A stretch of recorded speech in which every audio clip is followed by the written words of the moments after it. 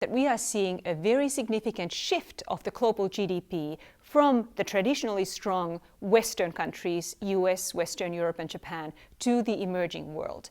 And that really means that the shares of global GDP are moving in space towards the east, to Asia, as well as to the south. And this is not something that's happening homogeneously across the nations. It is actually happening in just very few cities. When you look at the global GDP, just 600 cities across both developed and developing countries are going to generate almost 65% of global growth. So if you really understand 600 cities that are really the engines of economic growth globally, you can understand 2/3 of the global growth going forward. And unsurprisingly, given the trends that I described about the urbanization, 440 of the 600 cities are in the emerging world.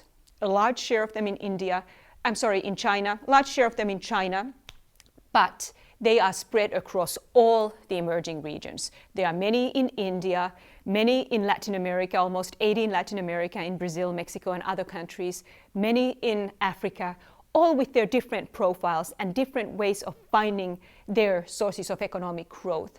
And collectively, it's these emerging market cities that start from a lower GDP level that really are growing fast and contributing to overall growth. This doesn't mean that the developed cities don't matter any longer. Just 100 cities in North America are expected to generate about 1/10 of global growth. So these are cities that are already wealthy, already large in their GDP, so even a more moderate growth rate will allow them to be a big contributor to the global economic growth.